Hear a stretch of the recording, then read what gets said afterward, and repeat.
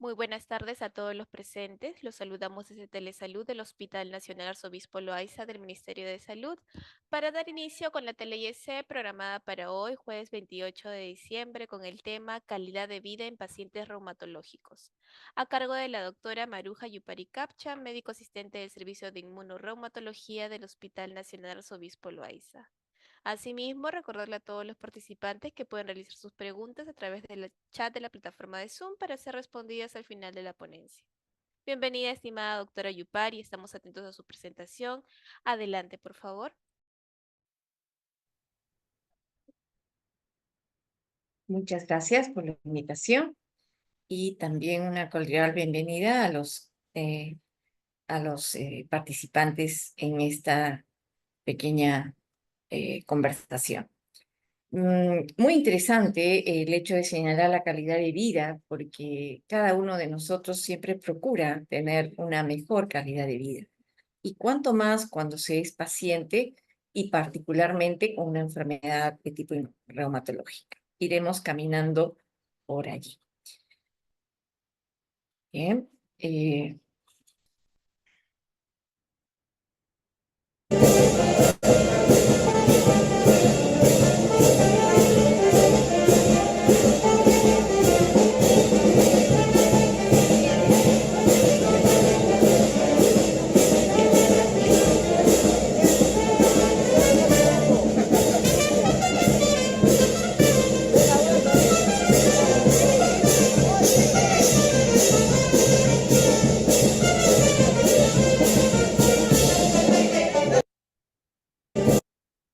Bien, lo que acaban de ver es justamente el trabajo que hacemos en nuestra institución procurando mejorar la calidad de vida de los pacientes.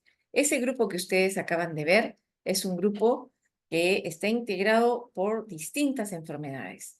Están desde el problema de artrosis, osteoporosis, lumbalgias, que son los más frecuentes en nuestra institución, en el área de reumatología, casi más del 40-50%, y también por algunos pacientes que tienen artritis reumatoide y algunas pacientes lúpicas.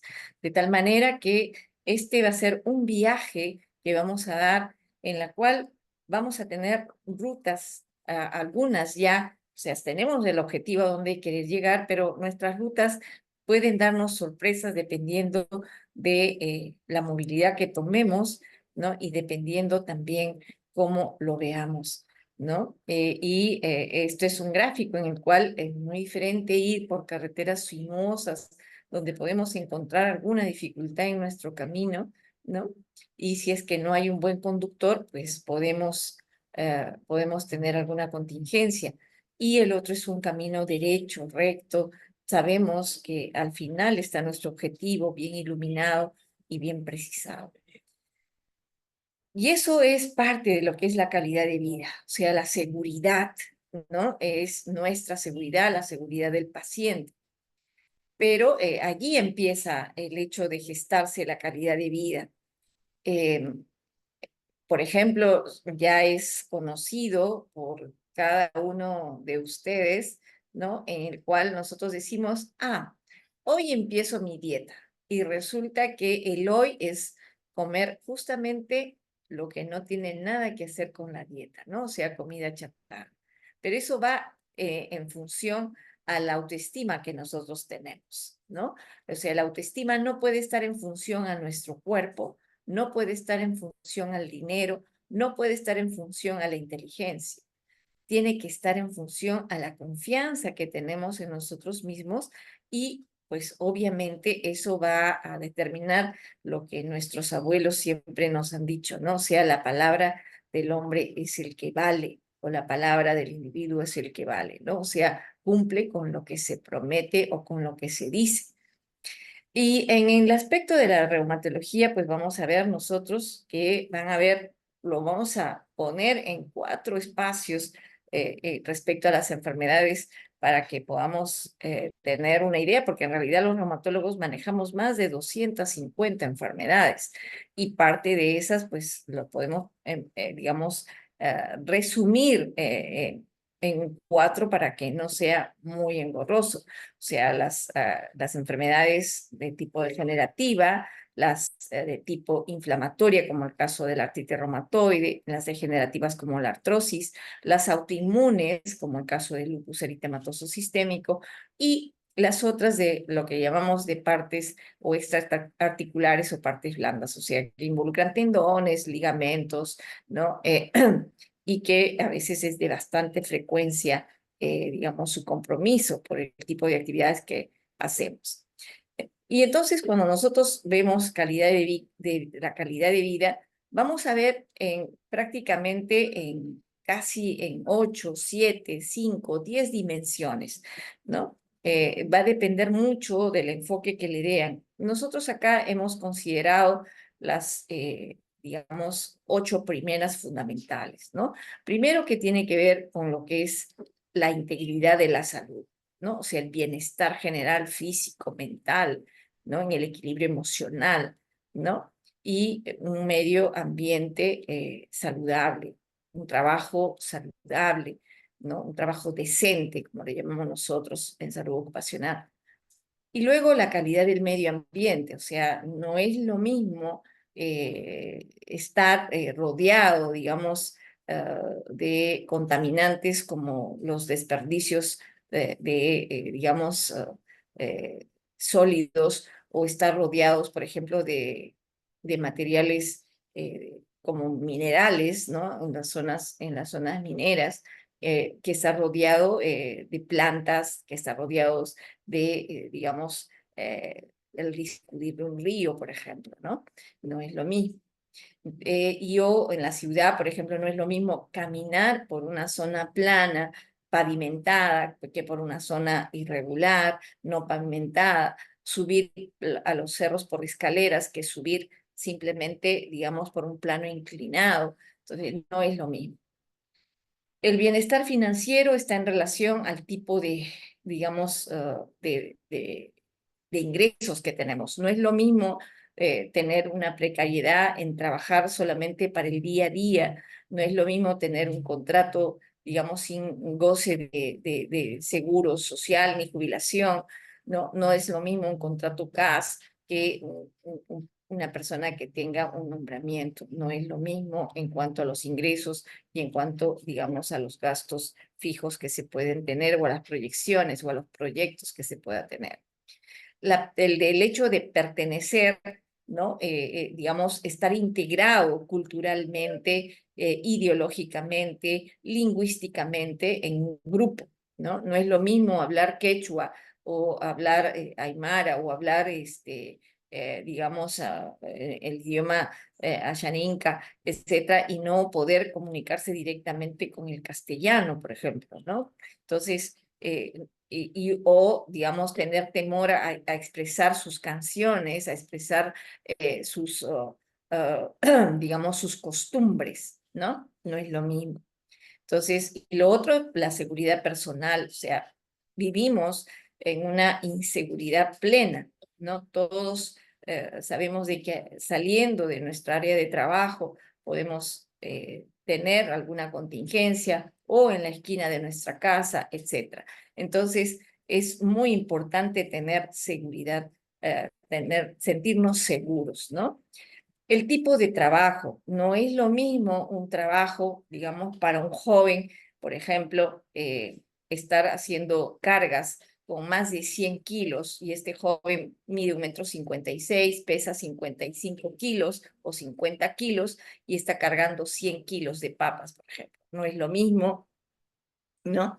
Que trabajar en una oficina y estar, digamos, todas las horas de trabajo en sedentarismo, ¿no?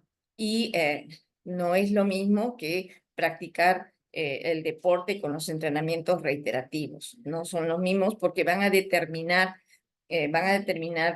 digamos, lo que nosotros llamamos los riesgos ergonómicos, y van a determinar patologías en relación al tipo de trabajo que desarrolla. O sea, no es lo mismo un trabajo, o sea, un puesto de trabajo que se adapte al trabajador, ¿no? Que el trabajador tenga que adaptarse al puesto de trabajo, ¿no? O sea, por ejemplo, en el caso de las enfermeras, para colgar los frascos de endovenoso, tienen que estirarse porque resulta que es ese lugar donde pueden colgar el frasco endovenoso está muy alto, por ejemplo, ¿no? O las camas están muy por debajo de donde deben estar y tienen que flexionarse para colocar, por ejemplo, un endovenoso. Entonces, no es lo mismo ese tipo, digamos, los trabajos para las necesidades del trabajador o del individuo. Y consecuentemente tenemos que tener un bienestar emocional. No es lo mismo trabajar bajo presión, digamos, un jefe que no sabe manejar recursos humanos, ¿no? Y que puede excederse en cuanto a las órdenes, a las amonestaciones o hasta el trato, tanto, digamos, en varones como en mujeres, ¿no? No es lo mismo pensar de que ya tu contrato, digamos, de trabajo o tu generación económica va a terminar, por ejemplo, ¿no? O no es lo mismo tener a un familiar que está enfermo y no poder irlo a ver porque estás trabajando, ¿no? O no es lo mismo, digamos, que la pareja te acompañe a que la pareja se haya marchado cuando empezaste una enfermedad, por ejemplo. Entonces, o algún desequilibrio en relación digamos, al bienestar emocional, o sea, el estrés emocional y que no lo podamos manejar adecuadamente. Y asimismo, no es lo mismo también que una persona, un individuo, digamos, viva enclaustrado en su casa, o sea, como un honguito, ¿no? Llega a su casa, no sale, no se comunica, no se relaciona con otras personas, o sea, vive para sí mismo, ¿no? No sale a reuniones sociales, etcétera, no interactúa, ¿no? Igualmente en el trabajo tampoco interactúa con otros compañeros de trabajo, etcétera, ¿no? Entonces, tampoco es lo mismo, digamos, los sentimientos. Entonces, todo esto, como ustedes ven, va a ir mermando esa calidad de vida o va a ir mejorando la calidad de vida, dependiendo de cómo le damos nosotros el impulso positivo a estos, digamos, a estos elementos, a estas dimensiones que nosotros hemos mencionado.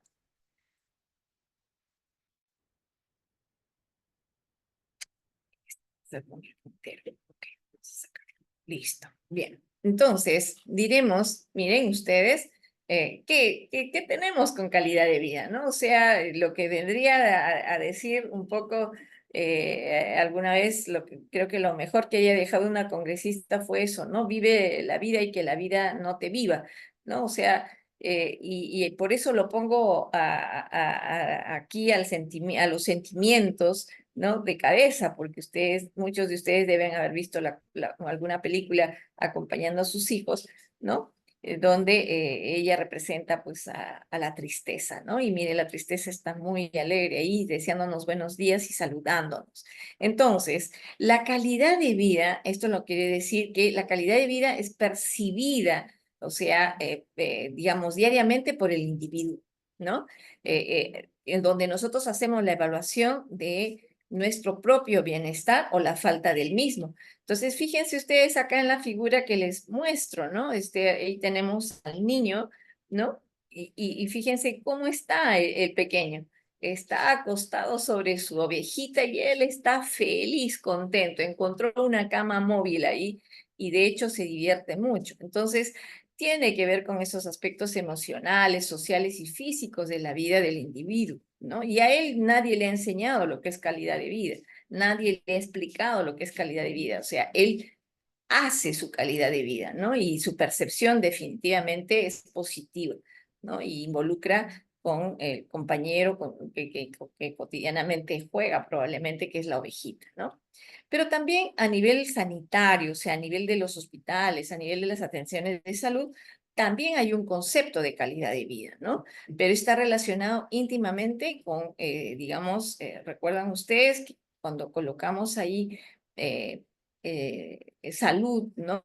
Como parte de calidad de vida, pues aquí en la atención sanitaria se evalúa eso. O sea, es cómo el bienestar del individuo puede verse afectado a lo largo del tiempo, o sea, por una enfermedad, por una discapacidad o por un trastorno. Entonces, de tal manera que, por ejemplo, la señora tuvo un esguince de tobillo y ahora tiene que andar en silla de ruedas, ¿no?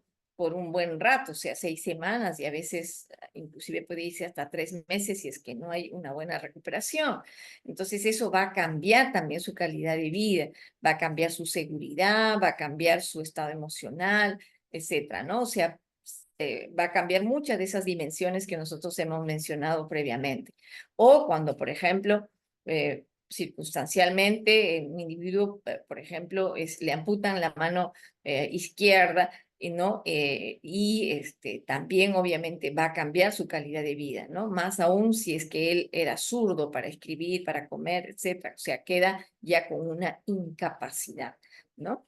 O cuando, por ejemplo, tiene que utilizar un soporte de manera ya, digamos, en adelante. ¿Por qué? Porque tiene una prótesis en la cual pues ha sido necesario por una amputación, por ejemplo, en la pierna, ¿no? Y tenemos nosotros muchos pacientes diabéticos que terminan en ese problema o también tenemos pacientes con vasculitis, que son enfermedades autoinmunes que terminan también con digamos, algún tipo de estas intervenciones quirúrgicas cruentas, ¿no? O, por ejemplo, tenemos, y cuántos de nosotros lo hemos visto en los mercados, por ejemplo, señoras entre 45, 50 años, ¿no? Algunas un poco más jóvenes, pues con su cabestrillo, ¿no?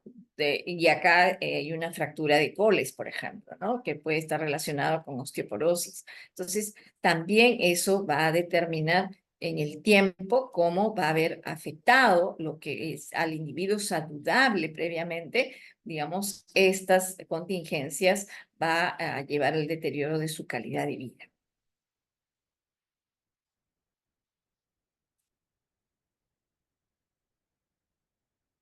Bien, pero también junto a la calidad de vida va lo de la esperanza de vida, ¿no? Entonces, la esperanza de vida es en realidad la media de la cantidad de años que vive una determinada población, ¿no? O sea, podemos vivir 60, 70, 80, hasta 100, por ejemplo, 100 años, ¿no? Y ahí creo que el más longevo hay, ha vivido 105 años o algo más, ¿no? Pero en las personas con enfermedades reumatológicas, pues esta esperanza de vida va a variar en función al tipo de patología y la evolución de la enfermedad. Entonces, por ejemplo, una paciente que tenga artrosis u osteoporosis, si es que no hay ninguna fractura, pues, digamos, va a ser más lenta el deterioro de su calidad de vida. Mientras que un paciente con artritis reumatoide o una paciente bastante joven con lupus eritematoso sistémico, pues esta esperanza de vida también se va a ver, digamos, acortada, ¿no? Eh, las enfermedades más frecuentes, como mencionaba al principio, la lumbalgia, las artrosis y la osteoporosis son las más frecuentes que vemos en nuestro servicio, pero hay una proporción casi que va más del 20% o cercana al 20% que son enfermedades de naturaleza autoinmune, con manifestaciones sistémicas, con compromiso de órganos nobles, ¿no? Entonces, de tal manera que la complejidad de las enfermedades reumatológicas están asociadas con mayor impacto, ¿no? En la esperanza de vida respecto a la población general, ¿no? De hecho, las enfermedades que se asocian con mayor o peor calidad de vida que puedan tener los pacientes, ya les he mencionado, artritis reumatoide, lupus eritematoso sistémico o las artrosis de rodillas en pacientes, digamos, de mayor edad, ¿no? Eh, y también, obviamente, los reumatólogos estamos en una época bastante interesante, ¿no? Donde no solamente tenemos acceso a, digamos, a las herramientas para hacer el diagnóstico más tempranamente, sino que también tenemos acceso a las terapéuticas, a una terapéutica, digamos, incluido la terapia biológica, o sea, innovadoras, ¿no? Que modifican rápidamente el curso de la enfermedad. Y entonces eso reduce la gravedad y de hecho va a mejorar la esperanza de vida en estos pacientes. Eh, el otro rubro dentro de lo que es calidad de vida, esperanza de vida, pues es los cuidados paliativos en reumatología, ¿no? A ustedes les sorprenderá decir cuidados paliativos, pero eso yo lo he escuchado solamente en pacientes con cáncer, que los pacientes de reumatología se mueren o con enfermedad reumatológica se mueren Sí, claro, pero no es alto el impacto de mortalidad. Entonces, pero sí es necesario la aplicación de cuidados paliativos para el acompañamiento, para la sensibilización, para la educación del paciente, ¿no? Como vamos a ir viendo.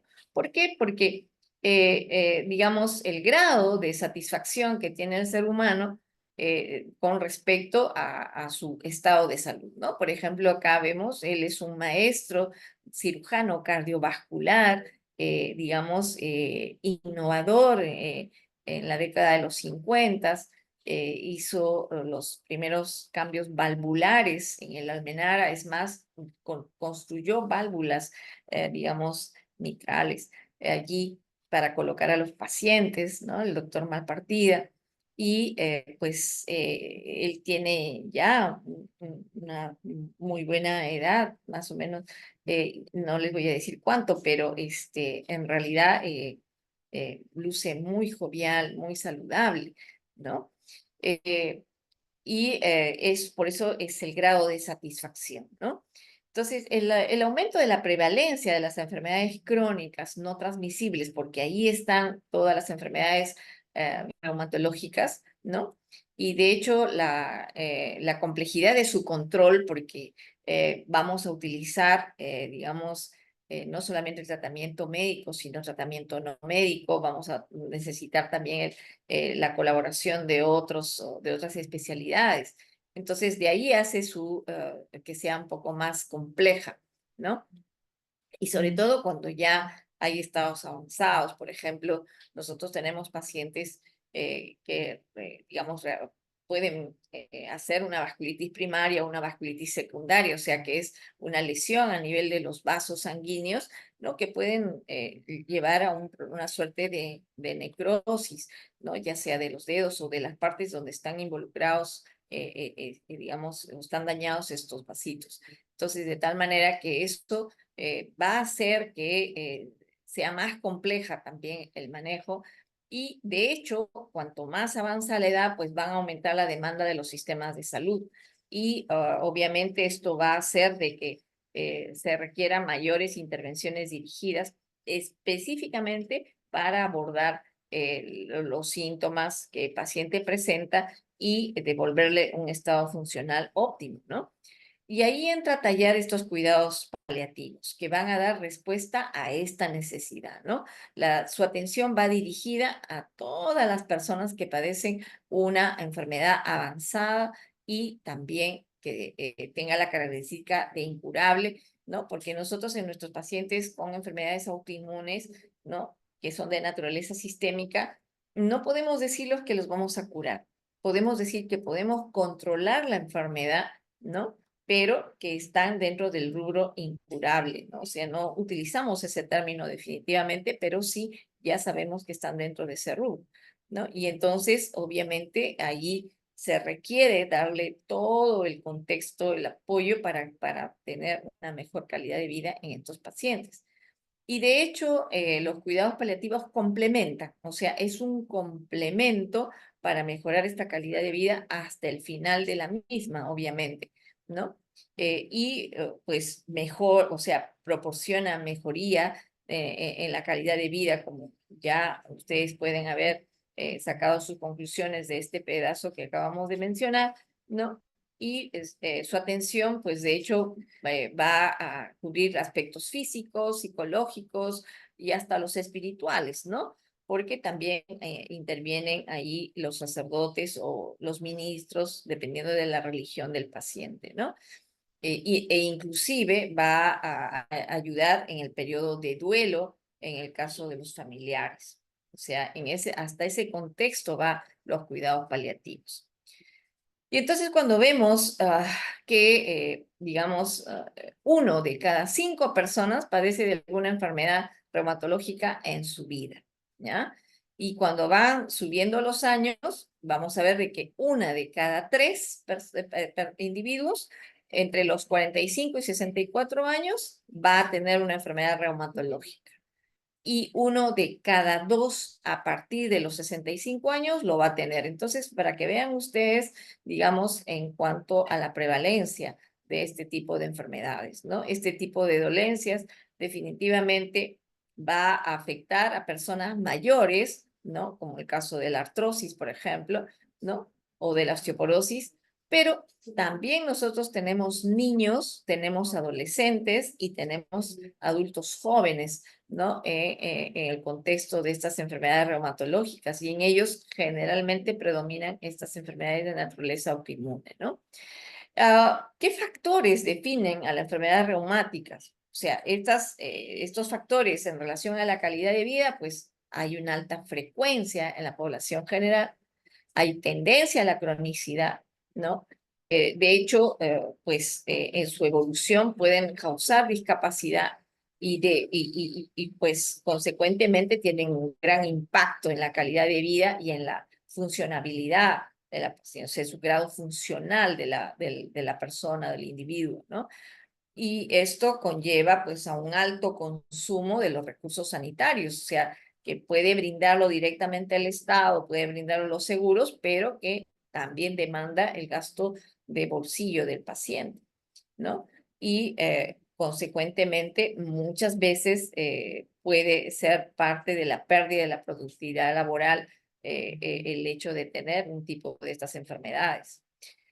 No solamente afecta a las manos, ¿no? Estas enfermedades reumatológicas, sino que muchas veces tenemos jóvenes, como les decía, ¿no? Con los pacientes de lupus, por ejemplo, que requieren terapias muy enérgicas para controlar la enfermedad, pero también el ojo se ve bastante involucrado, ¿no? O sea, puede haber un proceso de uveitis y a veces solamente hay uveitis sin otra manifestación y resulta que da lugar a, o sea, es parte del contexto de una enfermedad de naturaleza autoinmune. Entonces, debemos tener mucho cuidado allí. ¿Por qué? Porque varía con las personas, varía con las circunstancias, con los lugares y, como les decía, con las culturas, ¿no? Y en una misma persona, en la evolución del tiempo, en la línea del tiempo, digamos, a lo largo puede, digamos, puede cambiar en relación a la función de su edad, al estado de salud, a las relaciones personales o también su nivel adquisitivo.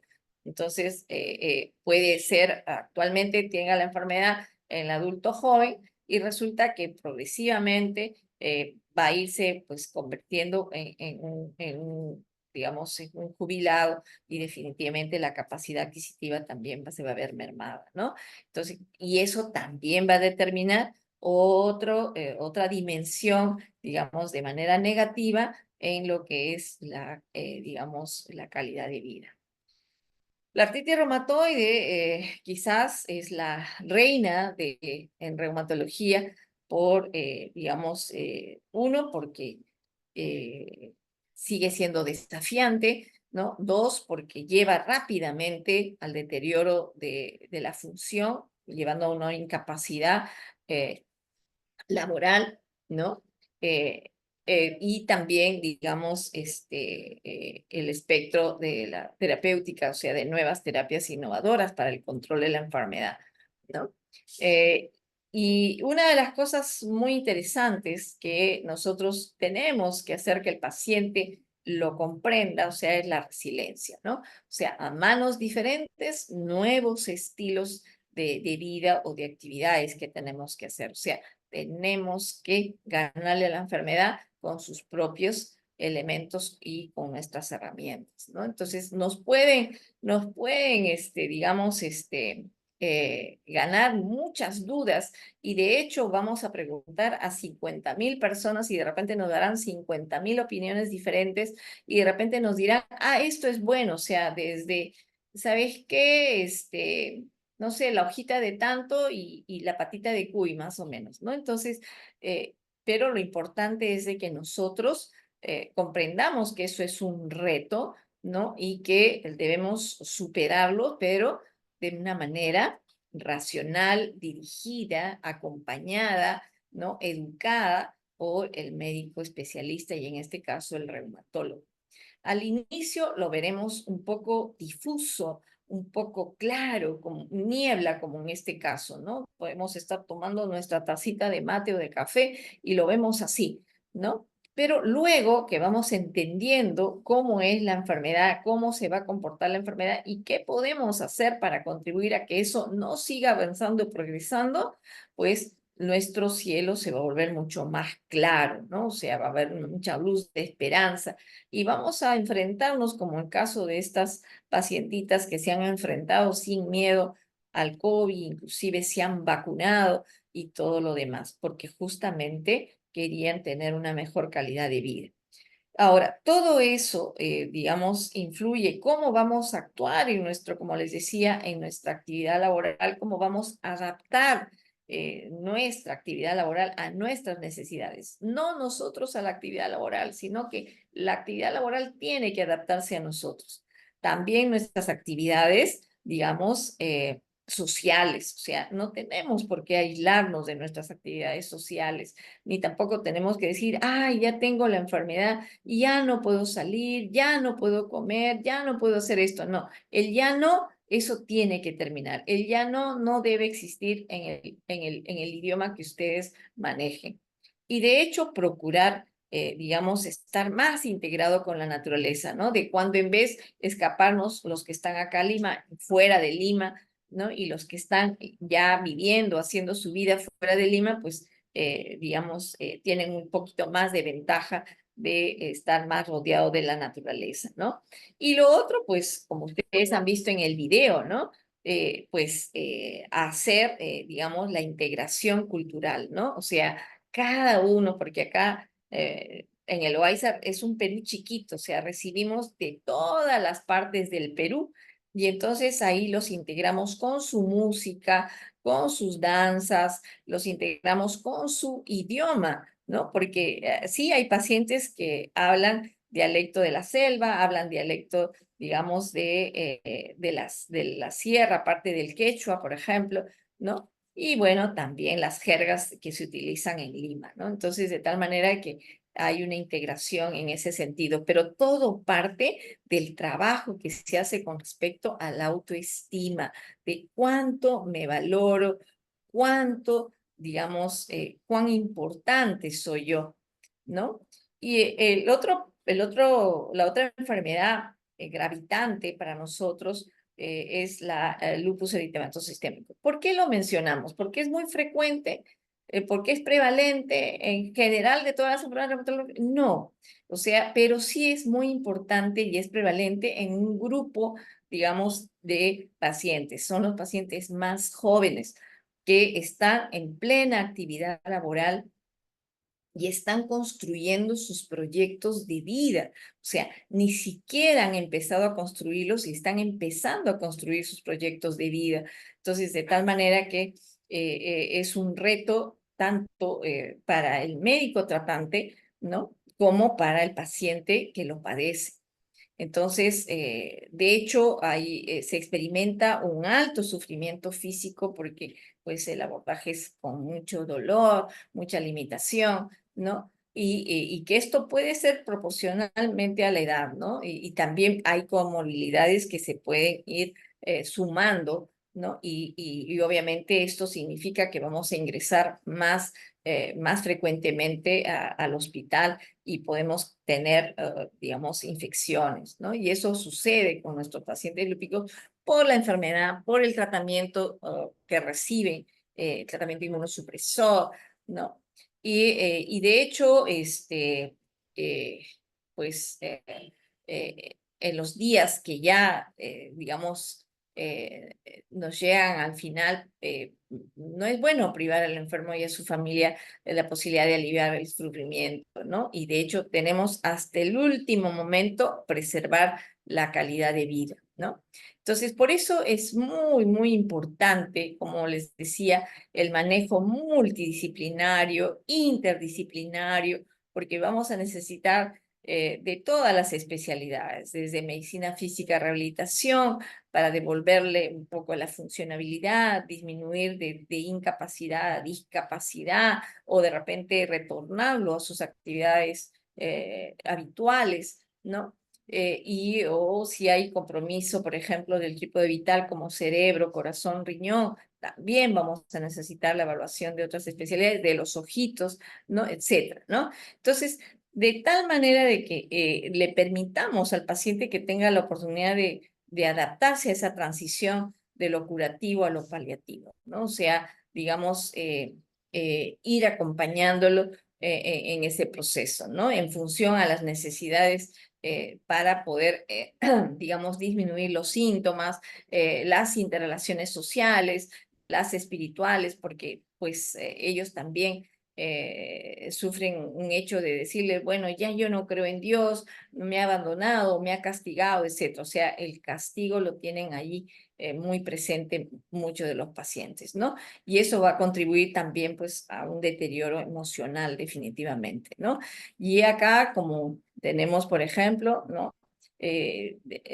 Uno dice, hoy me felicito a mí misma por todo lo que aguanto todos los días. A veces siento que no puedo más, pero aquí estoy de pie y más fuerte que nunca. Eso es, digamos, lo que escribe una paciente con lupus, ¿no? Y así en el servicio procuramos, y todos los médicos que trabajamos allí, que ahora somos 9, pues procuramos que nuestras pacientes lúpicas se sientan confortables, se sientan seguras del tratamiento que están llevando y obviamente procurarle una mejor calidad de vida, ¿no? Aquí tenemos ya una paciente que logró gestar estando inclusive con lupus, ¿no? ¿No? Y acá tenemos a la emblemática, es una pacientita muy especial para nosotros, ¿no? O sea, para vivir con lupus, digamos, se necesita coraje. Y eso es verdad, ¿no? Entonces, y eso es para manejar y para mantener una mejor calidad de vida. La artrosis, no menos importante, pero es la más frecuente, la más prevalente en nuestra población y sobre todo en nuestros pacientes, digamos, ya entrado en años, o sea, o en nuestras pacientes perimenopáusicas, posmenopáusicas, ¿no? Entonces, ahí la calidad de vida va a depender de los factores medioambientales, ¿no? El clima, por ejemplo, van a tener más dolor cuando hace más frío, van a mejorar en este clima de verano, por ejemplo, ¿no? O esto, digamos, puede acentuarse también en los conflictos, en las migraciones, y nosotros somos testigos de excepción de las migraciones que hemos visto de algunos, digamos, pacientes que han venido de fuera, ¿no? O en las guerras también, ¿no? Que también los hemos observado, ¿no? También va a tener influencia a nivel político, de hecho, con respecto a sus derechos, sus libertades, por ejemplo, ¿no? O los económicos, de cómo oscila el PBI, ¿no? Y que puede no tener directamente entre nosotros, entre comillas, directamente con la vinculación con salud, pero sí, de hecho, va a determinar también la capacidad para la atención, ¿no? Y el tipo de trabajo y el nivel socioeconómico, o sea, digamos, como habíamos mencionado, el tipo de trabajo que pueda estar expuesto el paciente a los riesgos ergonómicos va a determinar, por ejemplo, un tipo de manitos como esto, por ejemplo, una señora que lava que sea lavandera, un mecánico, un panadero, o digamos, va a tener un tipo de manitos como estas, ¿no? Una artrosis erosiva. O, por ejemplo, los deportistas, ¿no? Van a tener problemas de rodillas, ¿no? Justamente por el uso y abuso de la articulación. O también aquellos ahora que estamos en la moda del sobrepeso, de la obesidad, ¿no? También van a involucrar esas articulaciones, ¿no? Y donde nosotros siempre vamos a recomendar el ejercicio físico, ¿no? O sea, y de ese ejercicio físico, el mejor, la caminata, que es un ejercicio aeróbico saludable, ¿no? 30 minutos diarios o puede ser una hora cada 2 o 3 días a la semana, ¿no? Aunado al tratamiento farmacológico que pueda indicar su médico reumatólogo, individualizando al paciente, ¿no? Y de hecho va también acompañado con rehabilitación, con medidas, digamos, higiénico-dietéticas, ¿no? Y obviamente la modificación de posturas. Eso es, probablemente vamos a ir desarrollando paulatinamente, patología por patología, ¿no? Para que podamos nosotros educar a los pacientes en este 2024 nos queda como tarea para hacerlo. Y entonces esto va por una visión integral, ¿no? ¿Por qué razón? Porque el paciente cuando se le da una noticia de esta envergadura, pues de hecho se le vienen los 100.000 pensamientos, las 100.000 preguntas y pues se siente completamente abrumada.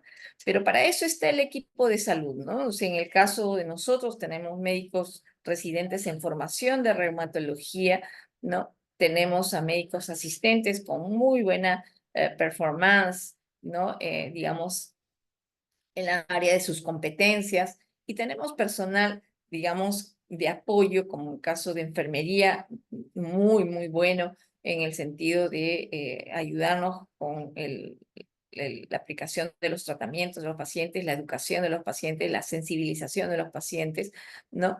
Y también el hecho de integrarlos dentro de una agrupación. Entonces, eso va a hacer que nosotros hagamos nuestra hoja de ruta de la enfermedad y le damos al paciente una seguridad y una tranquilidad, ¿no? ¿Por qué? Porque, por ejemplo, si ustedes ven acá, van a ver pues a unas señoritas sonrientes, muy lindas, que están tomando, digamos, sus vasotes de jugo, ¿no? Y pareciera que no tuvieran nada. Ya, estas niñas ahí tienen el diagnóstico de lupus y tienen compromiso renal. Una de ellas inclusive digamos, ha hecho un problema a nivel de la médula, ¿no? Una mielitis transversa. Entonces, y ha estado algún tiempo sin caminar y luego con el tratamiento, luego se restableció y ahora ella trabaja como economista, ¿no? Y así por el estilo. Entonces, y acá abajo ustedes ven a otra señora que sí está con un apoyo y está en un bastón, ¿no? Pero, por ejemplo, en la parte superior, estas jovencitas, su calidad de vida está en función a la actividad de la enfermedad y en cualquier momento puede darnos sorpresas desagradables, ¿no? O sea, incrementa la tasa de mortalidad, ¿no? Y la tasa de morbilidad también con compromisos de otros órganos. Pero acá, en esta mamita, la pacientita que está en la parte inferior, pues está usando el apoyo por un problema de artrosis. Entonces, de tal manera de que ella puede tener su artrosis en su rodilla, ¿no? Pero no va a determinar, por ejemplo, un riesgo de muerte, por ejemplo, o no va a determinar un compromiso mayor de órganos, ¿no? Como por ejemplo en el caso de la artritis reumatoide, ¿no? Allí, o sea, nuestros pacientes con enfermedades autoinmunes pueden venir con múltiples tratamientos, pueden venir pues, ya con compromisos establecidos a nivel de las manitos, ¿no? Pueden venir inclusive con compromisos extraarticulares, como el caso de la uveitis, ¿no? O pueden venir en silla de ruedas, ¿no? Y también, digamos, con muchos, digamos, muchas eh, eh, vamos a llamarle, muchos consejos en cuanto a la alimentación, etcétera, ¿no? O sea, realmente aquí tenemos que leer bien la información que nos da el paciente. ¿Por qué? Porque viene a ser, pues, en realidad un gran reto, pero que nos permite con pequeños gestos poder solucionarlo. O sea, primero estableciendo una relación médico-paciente efectiva, ¿no? Una comunicación de médico-paciente, ¿no? Segundo, poder integrarlos y poder hacer de que ellos tomen conciencia de que tienen que hacer una rehabilitación para recuperar, para reintegrarse, para reincorporarse, ¿no? Y que eso contribuye también, digamos, las otras actividades como la natación, por ejemplo, la integración de hacer, digamos, actividad física saludable como el baile, el tai chi, etcétera, ¿no?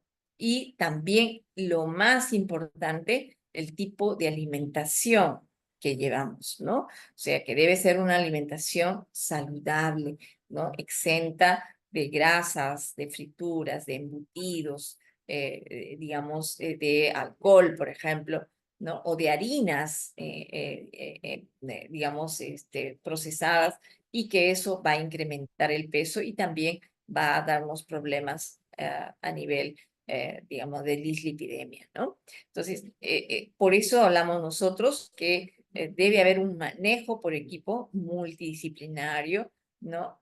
Interdisciplinario, y eso es muy importante. Y lo otro es individualizar el problema del paciente, ¿no? Entonces, esa visión, digamos, es más integral, es multidisciplinaria y es holística, o sea, es de una visión muy amplia.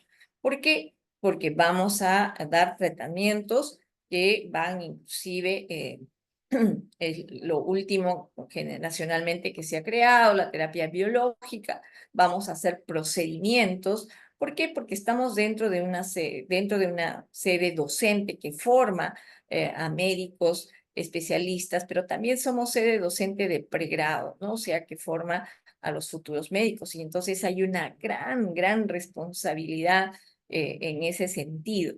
Entonces, de tal manera de que eso se tiene que evidenciar en la recuperación y en la calidad de vida del paciente con la integración de todos las especialidades que así se requiera. Por ejemplo, en la artrosis muchas veces tenemos que ir planificando si ese paciente va a necesitar prótesis o no, y entonces no solamente lo enviamos a rehabilitación, sino que también hacemos una coordinación con traumatología, ¿no?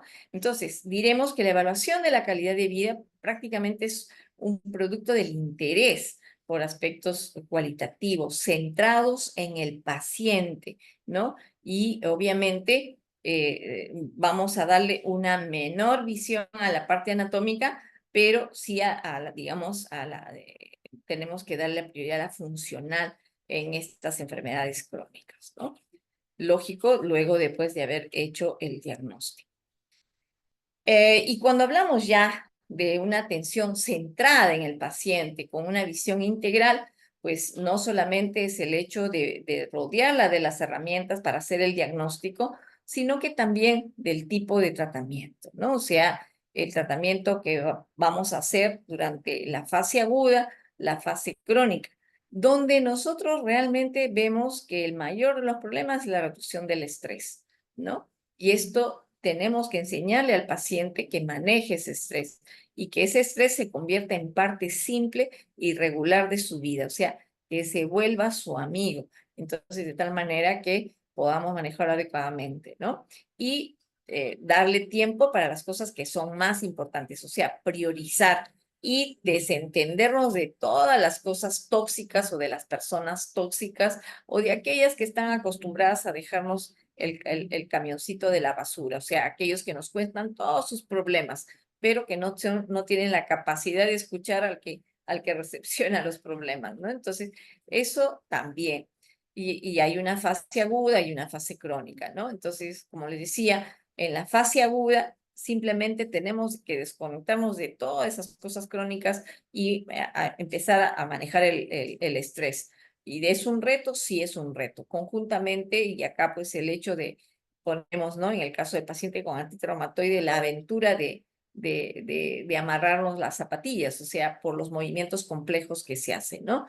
Entonces, que inicialmente podemos ser torpes, pero que luego lo logramos hacer, ¿no? Y en la fase crónica, definitivamente la rehabilitación es la base, aunado al tratamiento que va recibiendo el paciente de su terapia, digamos, indicada por el reumatólogo, ¿no? Y ahí es los ejercicios, digamos, dentro del agua, los ejercicios, las caminatas o la práctica de ejercicios saludables como el tai chi, por ejemplo. Y obviamente la medicina paliativa no es lo que ustedes imaginan, ¿no? Sino que la medicina paliativa es un complemento más en el caso de reumatología y en realidad en todas las enfermedades donde se utiliza.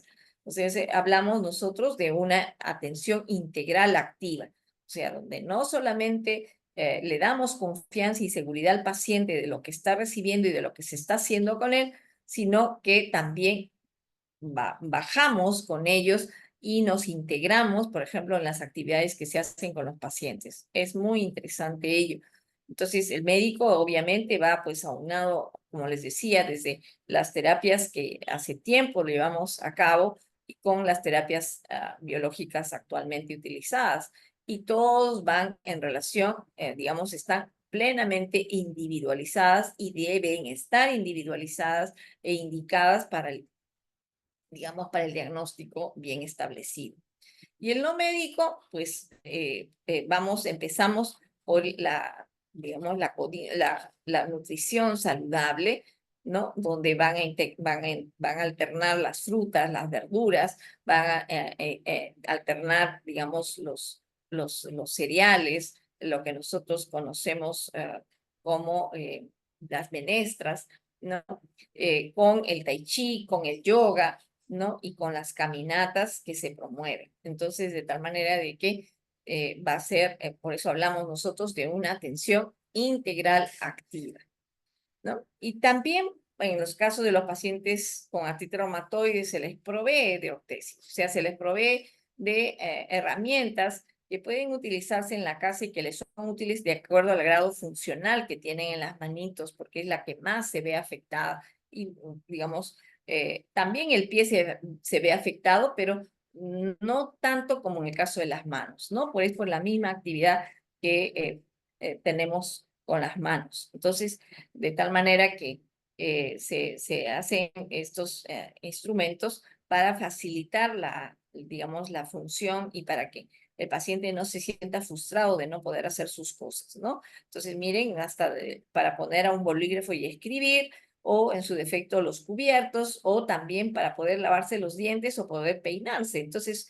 fíjense ustedes lo versátil y lo interesante de estas herramientas que facilitan y mejoran la calidad de vida del paciente, o los puntos de apoyo, por ejemplo, como para movilizar inclusive un mueble sin hacer mayor esfuerzo, ¿no? Entonces, todas esas cosas actualmente podemos brindarles a nuestros pacientes, ¿no? Y inclusive para irse a jugar y a un bingo, podemos utilizar las ortesis ahí que nos permiten manipular las fichas, ¿no? Entonces, es muy interesante cuando nosotros hacemos una evaluación de cómo podemos utilizar estas herramientas en función de mejorar la calidad de vida del paciente. Finalmente, podemos concluir. Las enfermedades reumáticas pues son crónicas, pueden tener un compromiso multisistémico, pero hay una cualidad en la cual debemos ir trabajando en la educación de los pacientes, o sea, la baja adherencia al tratamiento. Muchos de los pacientes lo abandonan por muchas razones. Puede ser por intolerancia, puede ser por capacidad adquisitiva, puede ser porque le dijeron que ya no lo tome, etcétera. O sea, por desinformación, ¿no? Entonces, de tal manera que debemos cuidar eso para no llegar a los grados de incapacidad, ¿no? Y obviamente, consecuentemente, el deterioro de la calidad de vida. Ahora, toda atención sanitaria, toda, o sea, además de aliviar los síntomas y prolongar la supervivencia, debe mejorar la calidad de vida, porque nosotros si queremos mejorar la supervivencia tiene que ser en condiciones adecuadas, ¿no? En condiciones cuasi ideales de supervivencia, porque vivir postrado, atado a una silla de ruedas, no poderse mover, etcétera, pues definitivamente no es una calidad de vida. Entonces, podemos estar prolongando la supervivencia, pero no con una calidad de vida. Entonces, la idea es mejorar la calidad de vida y el bienestar de las personas, ¿no? Y eso inclusive desde el mismo punto de vista del paciente. ¿Ah? El paciente en realidad tiene que poner más del 70-80% de querer mejorar su calidad de vida. Si el paciente no nos ayuda y está con la depresión, está con una autoestima por debajo de lo que se espera, etcétera, no vamos a poder ayudarlo. Entonces ahí es tiempo de recurrir al apoyo de otras disciplinas, ¿no? ¿Y eso por qué? Para fortalecer la educación sobre su enfermedad. O sea, no hay nada mejor que el paciente conozca sobre su enfermedad, porque así va a ser un aliado, un mejor aliado para nosotros, ¿no? Y la importancia de la adherencia al tratamiento, o sea, que entienda cuán importante es su tratamiento y veremos la forma como le hacemos tomar la medicación para que no tenga los estragos que puede generar y que por ese temor ya no lo usen, ¿no? Entonces, ¿y quién es? El paciente y de hecho los cuidadores. Y generalmente los cuidadores es la misma familia, entonces trabajar con ellos, ¿no? Y definitivamente el acompañamiento mejora la calidad de vida, ¿no? Porque podemos cubrir esas necesidades multidimensionales que hemos mencionado al inicio, ¿no? y tanto del paciente y de su entorno, ¿no? Entonces, no hay nada importante como, por ejemplo, cómo nuestros niños nos enseñan a tener una mejor calidad de vida, como ya lo hemos mencionado. Y parte de eso es lo que ahora les presentamos.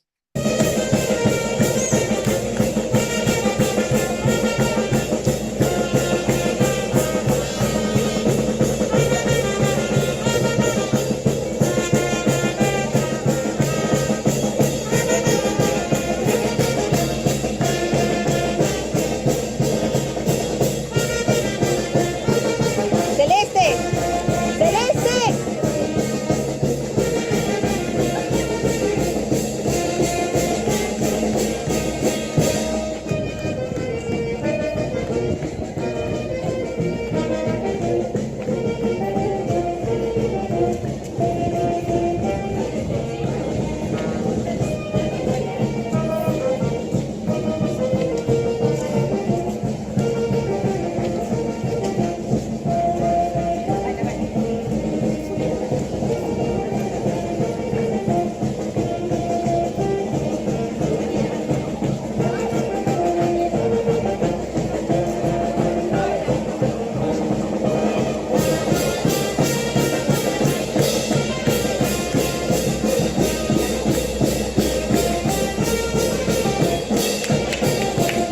Esto que estamos viendo, no sin antes dedicarle esta exposición justamente iniciada de juego,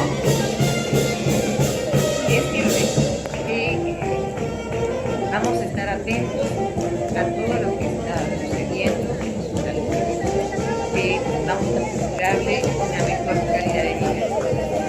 Vamos a salir adelante de esto. Muchas gracias. Muchísimas gracias y felicitaciones, doctora Yupari. Ahora pasaremos a hacer lectura de las preguntas realizadas en la plataforma. Nos preguntan lo siguiente: en el primer nivel de atención, ¿cuál sería el tratamiento de primera línea para crisis de dolor reumatológico? Gracias por la pregunta. El primer nivel de atención, como ustedes han visto, o sea, que es parte de la atención primaria de salud, pues definitivamente es el pilar, yo diría hasta la piedra angular, porque ustedes reciben en el primer contacto al paciente con la entidad sanitaria. Allí, la vez pasada explicamos algunos algoritmos, pero vamos a recordarlo un poquito, en el cual si hay solamente un dolor articular, donde no hay evidencia de un proceso inflamatorio y que haya rigidez al reposo y adicionalmente haya crujido articular, probablemente se trate de una artrosis. Y si estamos hablando de una pacientita o de un paciente mayor de 45, 50 años, pues definitivamente vamos a estar frente a una artrosis. Entonces, allí, si tienen la capacidad de tomarle las placas a la mano o a la rodilla, que es con que frecuentemente se presentan, o las famosas lumbalgias, ¿no? Vamos a evidenciar allí que van a tener, pues, esclerosis, van a tener osteofitos, etcétera, ¿no? Que son característicos de la artrosis. Allí, solo con paracetamol de 1 gramo podemos aliviar, y con compresas calientes va a ayudar a aliviar, digamos, los dolores que pudieran haber, pero también modificando las posturas, modificando, por ejemplo, las actividades que puedan realizar los pacientes, o si este paciente, por ejemplo, es estibador, carga pesos, sube y baja escaleras, ¿no? O es un deportista, digamos, pues definitivamente ahí hay que descartar que no solamente sea artrosis, sino que haya otros problemas del compartimento de la rodilla, que pueden ser ligamentos o pueden ser meniscos, ¿no? Entonces ahí lo tenemos que derivar al servicio de reumatología para que le hagan los exámenes necesarios, y posteriormente probablemente está retornando nuevamente digamos, al primer nivel, para poder continuar con su tratamiento y de repente con la rehabilitación, ¿no? Esa sería Ahora, si hay obesidad, definitivamente ustedes tienen un programa de obesidad, hipertensión y de diabetes, entonces, pues hacer las indicaciones para ayudarlo a bajar de peso al paciente, ¿no? Y ver que no haya ningún otro problema metabólico adicional. Muchísimas gracias, doctora. Seguimos con la siguiente pregunta. Nos consultan qué relación tiene la hipertensión arterial con la artritis reumatoide y el síndrome de Sjögren con riesgo de daño renal. ¿Cuál es la pregunta? ¿Qué relación tiene la hipertensión arterial con la artritis reumatoide y el síndrome de Sjögren?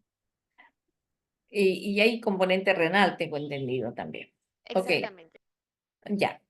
Bueno, primero que, a ver, dependiendo de la edad de paciente, pero si este paciente ha desarrollado en el curso de su enfermedad hipertensión arterial, pues puede estar relacionado con el mismo tratamiento y con la misma enfermedad. Recordemos que la artritis reumatoide va a condicionar daño a nivel arterial, o sea, va a condicionar aterosclerosis, ¿no? Y puede condicionar hipertensión. El Sjögren, de por sí, digamos, ahí se queda de ojo, se queda de boca, pero también tenemos nosotros manifestaciones extraglandulares y no está exento de comprometer riñón. Y la misma artritis reumatoide también compromete riñón. O sea, no esperemos a que el paciente venga con amiloidosis por artritis reumatoide. No, hay un compromiso temprano también de artritis reumatoide, solo que no se evidencia, ¿no? Entonces, hay que buscar. Entonces, de tal manera que ahí tenemos otro factor. O sea, puede ser el factor idiosincrático del mismo paciente, puede tener antecedentes familiares de hipertensión. Esto puede ser, digamos, incrementado por la misma enfermedad. Puede sumarse el tipo de tratamiento que ha recibido, por ejemplo, los corticoides, los antiinflamatorios no esteroideos, por ejemplo, también van a contribuir a la hipertensión arterial y más aún si hay componente renal. Entonces, obviamente, ese paciente tiene que seguir dos rutas. O sea, una, tener la evaluación directamente por el reumatólogo y el reumatólogo tiene que dirigir ello, ¿no? Y hacer la visita a cardiología y hacer la visita a nefrología. Entonces, de tal manera de que nosotros podamos mantener su calidad de vida del paciente, ver, establecer cuánto está la depuración, digamos, en cuanto a la función renal, si es que no hay ácido úrico elevado, si es que no hay dislipidemia adicional para ir manejando ese aspecto.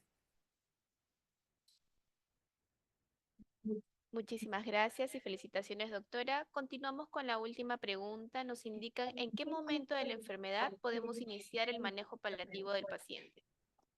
¿No? ¿En qué momento de la enfermedad podemos iniciar el manejo paliativo con el paciente? Ok.